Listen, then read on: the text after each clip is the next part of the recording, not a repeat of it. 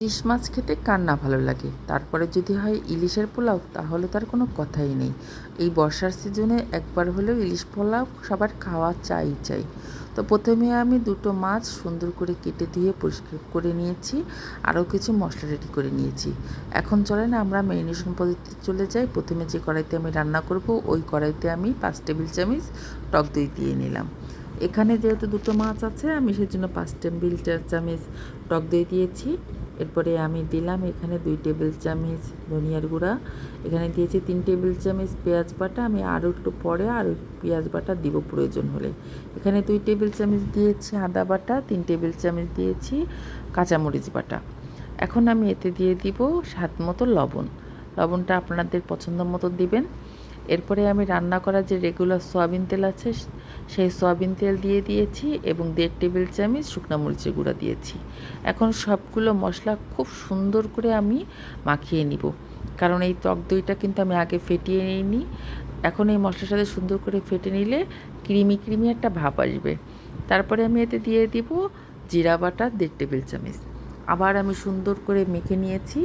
এখন প্রত্যেকটা মাছ আমি এপিট ওপিট করে সুন্দর করে মশলা দিয়ে মেখে নেব।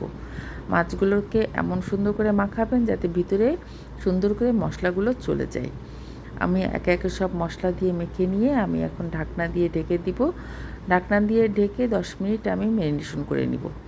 10 মিনিট পরে আমি চুলার জালটা জ্বালিয়ে আমি এটাকে রান্না করে নিব ঠিক এই অবস্থায়। কোনো কিছু যোগ করতে হবে না। আর নাড়াচাড়া করার সময় আলতো হাতে খুন্তি ছাড়া 2 পাশে কড়াই ধরে নাড়াচাড়া করে নিতে হবে। এরপরে আমার মাছটা রান্না হয়ে গেলে আমি মাছটা উঠিয়ে যে মশলাটা ছিল, ওই মশলার ভিতরেই আমি চালটা দিয়ে সুন্দর করে ভেজে নেব। চালটা ভাজা হয়ে গিয়েছে। এরপরে আমি যে একটা হাঁড়িতে রান্না করব, ওই হাঁড়িতে আমি চালের দ্বিগুণ পরিমাণ পানি দিয়ে ফুটিয়ে নিয়েছি।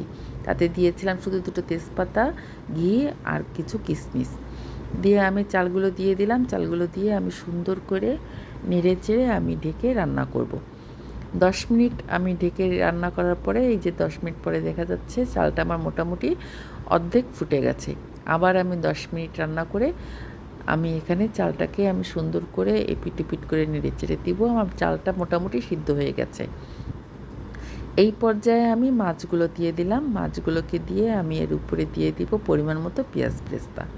তারপরে আমি ঢেকে আরও 10 মিনিট মিডিয়াম টু লো হিটে, একদম লো হিটে আমি দমে রেখে দিব। এই আমার ইলিশের পোলাও রান্না হয়ে গেল। আমার এই রেসিপিটি যদি আপনাদের কাছে ভালো লাগে, তাহলে আমার চ্যানেলটা ফলো ও সাবস্ক্রাইব করতে ভুলবেন না। আমি আবার আসবো নতুন কোনো ভিডিও নিয়ে। আসসালামু আলাইকুম।